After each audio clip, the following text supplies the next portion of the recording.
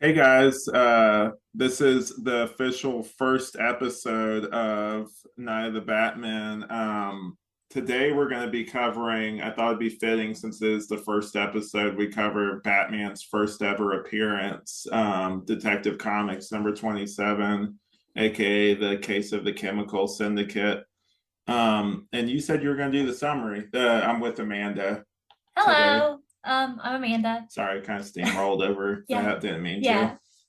Um, yeah, so I can start it off. I don't remember names because, Do you want me to? I got them I, on the well, thing. I can start and you can interject names. Okay, hold on. I'll pull that up while you're just Okay, go ahead so and it kind of starts with Commissioner Gordon smoking and just hanging out with his young socialite friend, Bruce Wayne. that Um, was weird, right? yeah. Like and keep going. We'll get more into like the weird stuff, but it's a So weird introduction. So Bruce is asking if anything interesting's happened, and Gordon's like, well, nothing really, other than the Batman with a hyphen. Um, then Gordon immediately gets a phone call because somebody had been murdered. Oh, Lambert. Lambert, Mr. Lambert, had been murdered in his mansion, and his son's fingerprints were on the knife. So they mosey on over, not mosey, they rush with haste to the crime scene. For some reason, Gordon takes Bruce with him, even though that makes no sense whatsoever. That was Because weird. Like it was like one of those things where like first off, if you're like any kind of police officer, especially a commissioner, you don't need to be discussing like the details of like a crime scene, and you really don't need to be bringing someone who has zero expertise in criminal stuff or anything. Like he's not a detective. Well, we don't know it yet because it's a secret, but like he's not a detective or anything. What's he doing there? I know too many cops in real life who do just talk about But cases. they don't bring their friends to like a crime scene. Fair enough. No, they just talk about cases that they shouldn't be talking about. Well, yeah, but I'm like, it's Yeah. not like, hey, let's go check out this murder. It's like that was really bizarre, and I don't know if it was just during a time when they didn't, Care.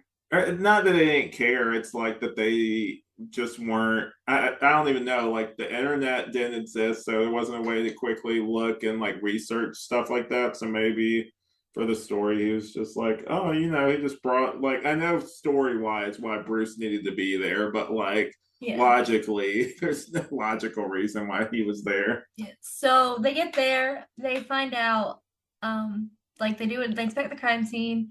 Then they go to talk to Lambert's son, and Lambert's son's like, it wasn't me, I didn't do it. I just got home and I heard a sound and I found my father with a knife stuck in him. So I took the knife out. And then he mutters, contracts, contracts, and dies. And my thing is, I feel like everybody knows this, but maybe not everybody knows this. You don't take, if you have a wound with like something stuck through you, you do not take the thing out. So if you get stabbed, you leave the knife in. Well, he's You already know? dead. No, he was dying. Oh, he was dying. And his son took the knife out. Um, because like it keeps pressure on it, and so it keeps it from bleeding out as much. So if you get impaled by something, you leave what is impaling you in you until you can get to a hospital. And I feel like that's common knowledge, right? Like, Yeah, and it also was saying that like he had like business partners too, which are like Stephen Crane, Alfred oh, Stryker, and those Paul weren't mentioned Rogers. yet. Well, I was just saying because that's like the next thing that happened. Yeah, because like they get a call while they're talking to the son, and it's one of his business partners. Stephen Crane. It's Stephen Crane, and he's afraid he's gonna get murdered. So they go to his house, um, and They're too late. they're too late. Batman, not Batman. Bruce had split by then. He was like, "Yo, I'm gonna go home. Peace out."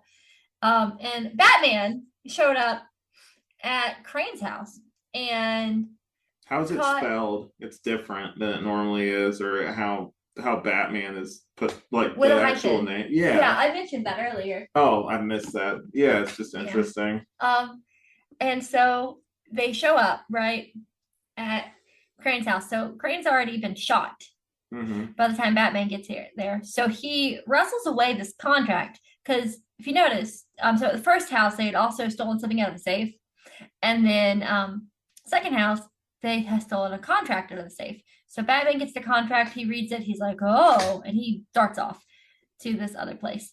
Um, Commissioner Gordon, Well, actually, what happened in that was the murderer gets out of the house and is holding the contract, and then they run into Batman. yeah, Yeah, but you said they went somewhere but else. yeah, well, Batman leaves after he gets the contract. Well, no, he. Oh yeah, you're right. You're right. Okay, sorry, I'm just trying to keep it all straight. Yeah, so after he gets contract, Batman like pieces out. He heads somewhere mysterious. And then we get a scene later about the other two business partners. Um, Hold on. They go to Alfred Stryker's house. Yeah, Stryker and Jennings is his Jennings. assistant. No, the other one, the other business partner, the fourth business partner.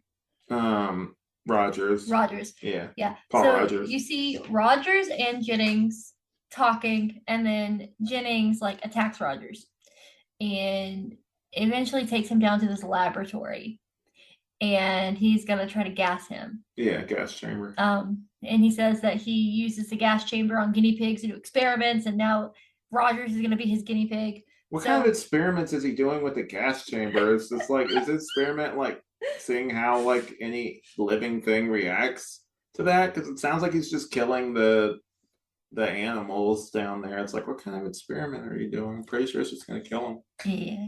So Batman shows up right as he's lowering the gas chamber, gets into the gas chamber. So it's like a cylindrical glass gas chamber. Glass gas chamber. That is a hard sentence to say. I digress. So Batman gets in there with a crowbar. He stops up the little gas nozzle, breaks out, not a crowbar, a wrench. With like a handkerchief and teeth, and the only reason I bring that up is because it feeds into something I'm going to bring up after we sum up the story. Okay. So he breaks the glass to get out. Batman is like tells those like solved mystery. Yeah. And then Stryker shows up and tries to get his friend and kill him because he didn't see Batman. Batman stops him. Eventually, he accidentally gets knocked off and falls into a vat of acid. And Batman looks at Rogers and is like, fitting in for a man like him. Or for his kind. For his kind. And that just rubbed me the wrong way, by the way. So then you get the next scene is Commissioner Gordon and Bruce Wayne again. And then Bruce Wayne leaves. He talks to him about what happened with Batman, like his caper. Yeah. And then and you see it's talking about Bruce's house, and the very last shot is the Batman in Bruce's house. And it's like, because the Batman is Bruce Wayne, or Bruce Wayne is the Batman. Yeah. What'd you think of that? I think I would have been more impressed if I had not grown up in the 20th century and the 21st century, where Bruce Wayne is Batman is like a household, like common household knowledge. It's kind of like in Star Wars with like the Empire Strikes Back, where if you grew up when that movie first came out, then like the whole Luke, I am your father thing, or actually it's no, I am your father, but like that whole twist was like really crazy. But because of pop culture now, it's just like, well, yeah, like we all obviously know that now.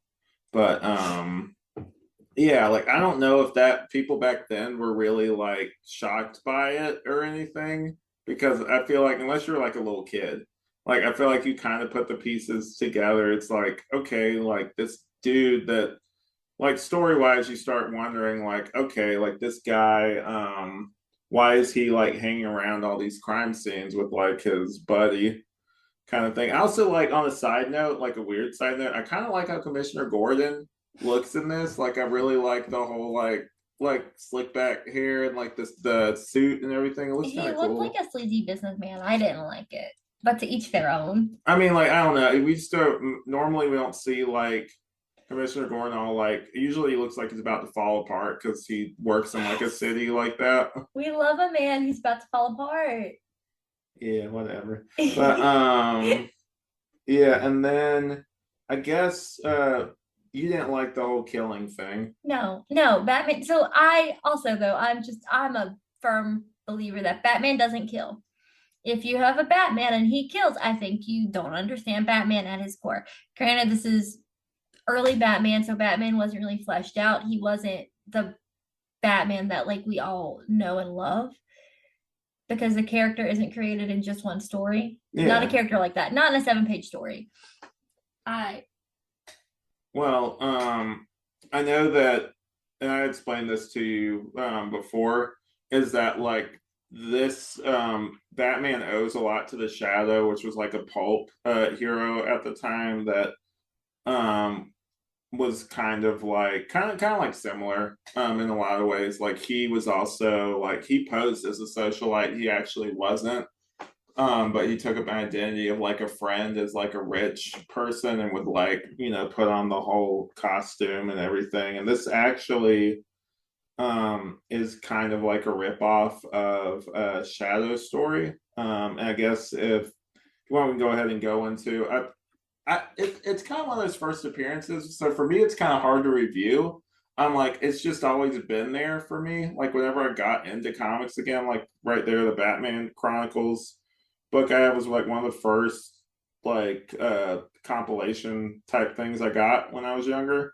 And I don't know, it's just one of those things like is the story like amazing or anything? No, it's just kind of like your run of the mill like mystery kind of thing.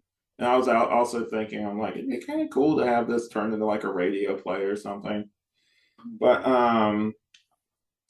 there was like actually Batman wasn't really an original character when you got down to it. Like there's a lot of stuff from there was a story about the Shadow called Partners in Peril where they basically just liberally like took from it, and Bill Finger acknowledged that he did that. yeah. And he came up with the mostly how Batman looks and everything. Bob Kane just came up with the name Batman and the kind of like I don't know if you noticed this when you were reading it, but his cape looks kind of different, or it's drawn kind of differently. Like if you look right here, I'm showing her an image. Like right there, like it's kind of more like a wing type suit thing than it is like an actual cape. Well, I feel like in most of the animated things, so it has that like that the like vibe of a wing. Like it's like the reverse of a scallop. Yeah, but like Bob Kane claims that the reason why the cape looks like that is he modeled it off of Da Vinci's like airplane thing or the The whatever it was. person. You know what I'm talking about, the little there's like a famous thing that Da Vinci did where he drew like a wing thing to like it's like a flight thing. I can show Oh, you. oh yes. Yeah. Yes. I was like I was like, please like back me up on this. But yeah, like and there was like I said earlier, Bob Kane, like no shock to anyone if you're a fan of Batman, Bob Kane's kind of a hack, but he like would trace or would take like images from other things and like pass it off as his own work, which I don't know if it was ever really accepted back then, but it was a lot harder because a lot of the pulp stuff back then, like they didn't have a lot of money anyway. This is just me like assuming stuff, but I'm like, they didn't have a lot of money. So like probably like if stuff was like ripped off like that, it'd be a lot harder to prove back then. And like, Hmm. honestly, a lot of stuff was stealing from a lot of other stuff back then. It was more common. I mean, did they even really have plagiarism laws? I'm sure they Yeah. did. Well, the reason I'm asking is because like I know plagiarism wasn't like a thing for a very long time. Like in medieval times, it was like the highest form of flattery. Yeah. Like if you've ever read the Canterbury Tales, none of those are originally Geoffrey Chaucer's tales. They're all like retellings of like other stories. And I think that there's no original ideas. So, you know. Yeah, and also the Partners in Peril story, the one I mentioned, that was like a shadow thing. Um, Literally in that story, there's it mentions bats on several different occasions, and it also is a crime thriller focused on investigation of a chemical syndicate murders. So like not really, basically Oh, like a big ripoff of what we didn't talk about why he was killing off his business partners. to so he didn't have to share any of the money. Yeah, basically they all had private contracts where he paid them X amount of money. Um, and the only people who knew about the contracts were the four of them. So he was gonna kill them off and steal the contracts. Yeah, but anyway, what I was saying is like another thing, like the scene we mentioned earlier. Remember, I told you like I'm gonna bring up the gas chamber thing later. Mm-hmm. Um, Literally verbatim. I'll show this on the video version, but look at that right there, where it's talking about like he used the handkerchief, and then like that's like from that story right there that it ripped off, where it's like a handkerchief was stuffed into the orifices of the hollow pipe. He balled it and jammed it so that it fitted tightly as possible. Hmm. It's like they literally just verbatim stole it. And there's also illustrations in that book where like there was a gas tank that he Bob Kane just kind of drew and ripped off from those illustrations in the Shadow book. But yeah, it's just one of those things. Like it's interesting to me that like to see like obviously now that character has become more original with like other writers and stuff to kind of fill in things, but it started from a place of being like mostly like kind of a ripoff, Yeah. which is interesting because I don't think Superman was like that. Like I'm sure he's inspired by other things, but as far as I know, like that story was like mostly wholly original. You know what story was wholly original? What What? character was wholly original? What? Spider-Man. Eh, Don't air me. He is the first teenage, like, not sidekick, like the first teenage superhero. yeah, And that was his whole shtick. And I love that. but yeah. Anyway, Oh, I'm a Spider-Man girly, this by the is a way. Batman show, but anyway, there's like some other images, like stuff that wasn't necessarily from this, but like the more you go down that rabbit hole and kind of look, you realize it's like, yeah, there wasn't really anything original in this story. Also, another interesting thing, whenever like a lot of like you said earlier, like the character wasn't fully formed, like a lot of the pieces of like even his world, like it wasn't even called Gotham early on. Like they just named it New York. Like it was just New York. Huh. Yeah, which is I interesting. don't like that. Well, it's before like they thought like, let's give him his own original city. Like it was just kind of like I'm sure like back then like they didn't take it as seriously as they do now with like creating comics. Like back then they were just like, okay, like I'm gonna make this thing. How much will you pay me to make this thing? Okay, I'll make this thing. Like it was just a job. Yeah. And Not a passion project. yeah, no. And Bill Finger even admitted that he ripped off that Shadow story. She's making faces at the camera. She's been doing it this whole time. I'm yawning. But Not because I'm bored, but because I am tired. yeah, but anyway, that's why I was like I can't keep pausing is because she keeps making faces. We're recording this through Zoom. But yeah, I'm not really a fan of Batman killing either. And a lot of people, because like in a few issues in his early years he killed, like a lot of people will use that as justification for in the movies whenever he kills, like to be like, see, he did these in these early comics. I'm like, but that's only like a small part of that character's history. You gotta look at like the years after that where that wasn't the case, not just a few issues early on when that was. I mean, I think that like with comics, the first few issues, they're just finding the character's footing, so they're not like fully fleshed out characters. Yeah. And so they don't have their whole backstories together. They don't have everything figured out. So you end up needing to retcon some things and like figuring out moral obligations and driving forces. Like, you don't know why Batman is Batman in this comic. You don't know that his parents died because you don't know any of that. Because you don't know that, you don't have an understanding of the character. You just know, oh, he's this big rich guy who likes to go beat up guys. Yeah, I don't think they cared back then either. Like, I think they were just probably just like they weren't looking into like deeper meanings or anything. Like, it was just one of those things. Like, I gotta make this story. There's this other thing that I read recently that I can kind of just rip off a little bit and use as a story because, yeah, I think like back then they weren't really thinking of deeper meaning of character development or anything. It was just these are mostly for kids and people that are like illiterate and stuff is the thing that they would say. They would say like it's either for kids or for adults that like have like they said this like learning disabilities and stuff.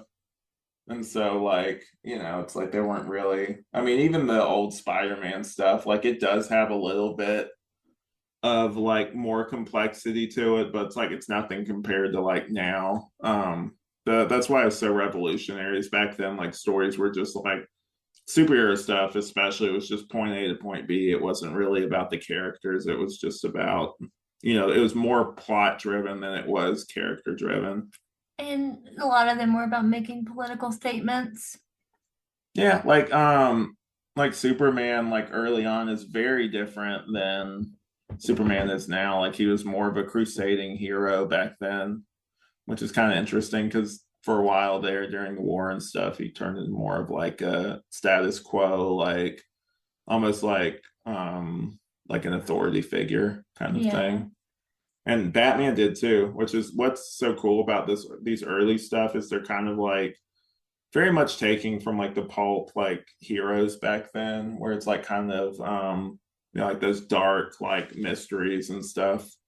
It was just interesting to see that side of him. And then I know at some points through the character's history, he like even has a police badge at some points. Oh, I hate that. That's so gross. Yeah, it just reflects the times that it was made Yeah. in. I can I say it? Well, I guess. That no, you gave me a face. I won't say it. Mm. Well, it's just not like it's not really what we're talking about. But did you like that? I know you're not really a big Batman fan. Did you like the issue overall? Like, It was a pleasant read. yeah. Not the worst thing I've read this year. Yeah, she's not really a big Batman fan. I'm sorry. No, it's fine because like I would rather have someone on that like I always say like doesn't know a lot so that way we could actually talk about it so it's not like somebody that's just like, well, I know all this because then it's not really much of a podcast. Can I But poke fun at you for a bit? I'm not done Oh, doing the thing. okay. What are you talking about poking fun at me? I was gonna say, who's your favorite superhero? Probably Batman. How many Batman tattoos do you have? It's just like it's so like generic to have a Batman tattoo though. Answer. He What? has none. How many Flash tattoos do you have? One. Oh, no, you. This isn't a flash tattoo, it's just a lightning bolt. What colors are in it? That's just because that's what the guy wanted to do. I didn't want it to necessarily look like this. But anyway, that's not what we're here to talk about. The I'm other thing, sorry. you're okay. We're just talking, but don't make this podcast awkward. But How am I making it awkward?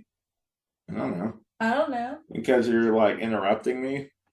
But I'm your wife. It's my job.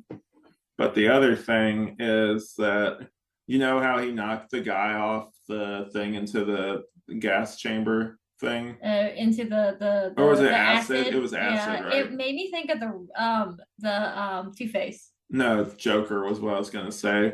Um, There later on, in comics, like somebody retconned that this story, as the person that he knocked in there was actually the Joker, which is kind of a cool origin. Like I don't know. I wish they would do that more. That's kind of like a cool way to tie in. Like I don't know if this was his first mission. It gives the impression of being his first year though. Like he's still kind of new to the job, kind of thing. yeah, I honestly think that like the early Batman stuff should be read as his first year because like it I don't know. Like the opening, let me read you the opening little thing.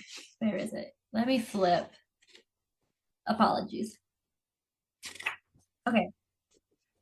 The Batman with a hyphen, a mysterious figure, a mysterious and adventurous figure fighting for righteousness and apprehending the wrongdoer. In his lone battle against the evil forces of society, his identity remains unknown. Like, I don't know. I think that if he's not really, he's also like Gordon refers to him as like being new on the scene too. I think at one point. So I think the story is definitely meant to imply that he's a relatively new figure that has appeared in the city. Yeah. I know that did you notice anything different about his costume other than like the cape and everything? It just looked like Batman. You didn't notice anything about like the gloves he was wearing? They just looked like Batman. He had purple gloves. Okay. You didn't notice that? No? It's like it stands I out. Like well, literally everybody that talks about like early Batman like always notices the purple gloves. when I read comics, I don't look at the photos a lot. I just kind of read the dialogue. Except they're miscolored here because like they're blue here and other things will be purple. So I don't know. Yeah, I But just I read the dialogue. I'm sorry.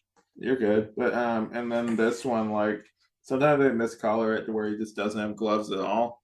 Ew. But like I kind of like you. It's just he That doesn't looks wear gross. gloves. No, it looks gross. What do you mean it looks The gross? flesh color they use, it looks gross. Like his bare hands, it's gross. It's just kind of weird.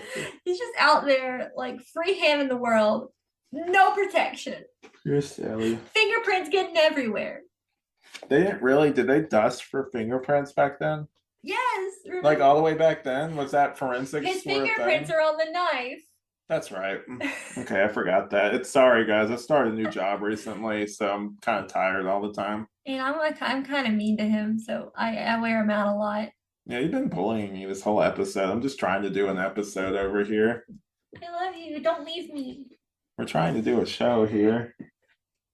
I might have to re-record all of this. Why? This episode's been kind of a train wreck. I've enjoyed it thoroughly. Mm. But yeah, like that's I might have you on again in the future. I know that you were saying that like you're not really into Batman that much. It's okay. It'd be like that. What do you mean? Do you want to be on the show or not? I want you to be happy. I just want somebody that's like consistently on. By the way, guys, like not I won't take just like random strangers. Like if anyone out there wants to be on future episodes, just let me know. We can arrange stuff. You don't have to have a fancy mic or anything, just like anything. It's cool. I'm open to having guests on. So if anyone out there listening to this wants to be on, just let me know.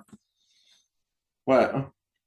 I have ideas if I want you to have on here that I think would be really We'll funny. talk about it off mic. Yeah, we'll talk about it off the mic. I think it'd be great. But yeah, like overall I thought it was like a solid first like attempt at like a Batman story. Like it's classic. I don't really have that many critiques of it other than, you know, being a blatant rip off of another story. But And killing. well, yeah, but that's just something I've learned. You haven't seen the worst though. There's like I told you earlier, future stories where like he hangs like these people that are like these giants that Hugo Strange turns into like giant mutant people, and he says like, "Oh, they're bad. It's better this way," is what he was saying as he like kills them. I mean, Oh, okay. So earlier you had a problem with them killing, well, they're and not people at that point. yes, they are. He doesn't know that they can't be cured. Can they be cured? He doesn't know. Are they people at that point? Are they like capable of like I'm pretty sure they empathy? could be cured. Are they capable of rational thought? Okay, so someone that's on drugs or something, or like, 'cause that's basically what it is. Like he injects them with some sort of serum. Oh, like Bane, but like the Batman and Well, Robin who knows version if of it Bane. doesn't wear off? It might have if they weren't murdered. Like, who knows what the like the lifespan of that particular injection is? I'm gonna compare this to an anime. That's like saying you need to save all the Titans in Attack on Titan I don't really know that show, so I can't really make a judgment call on it. because they were once people who would then lose their free will and are turned into monsters who just kill things for funsies. well, we're not really going to get in a deep debate about this today because this episode would be like 2 hours long or something. And I mean, if you want, we can cover those other stories and talk about because in the future, that one story, like that's what led the one I mentioned earlier. That's what led to the editor at the time being like them easing up on the whole killing thing because they're like, hey man, like kids are reading this, you need to kind of ease up a little bit. Can we do the game, the Gotham Knights game with a K? Not night, like night, like night I have to get a time. PS5. Yeah. If you want to get me a PS5, I'd be happy to play it, With but what money? huh? With what money? You get money, you get paid soon. But anyway, yeah, in the future we're gonna review novels, probably do some games, do some fan films, some fan fiction stuff. What's that? We're gonna play the Batman game, but we have to record it. Record it. What Batman game? The Batman game. You mean Batman Arkham Asylum? No, the Batman Oh, game. the board game? Yes, the Batman game. Yeah, we'll do that in the future too. I got some plans, but yeah, not a bad first episode. Hope you guys enjoyed it. Definitely we'll get more polished over time, but overall not a bad like real first episode. So I know we did episode 0, but that was more just setup, letting you guys know what the show was gonna be. But yeah, anyway, I haven't really thought of like way to outro this yet, so I guess I'll just do the standard like I'm Alex. I'm Amanda, and we hope to see you back at Night of the Batman. That's not bad. I might workshop that a little bit. All right, thanks guys for listening. DC. Incredible. Action. Astonishing. Adventure. The coolest heroes. The bravest heroines. And the most outrageous villains. Too tough for TV. In the universe. DC Comics. Read them and love them.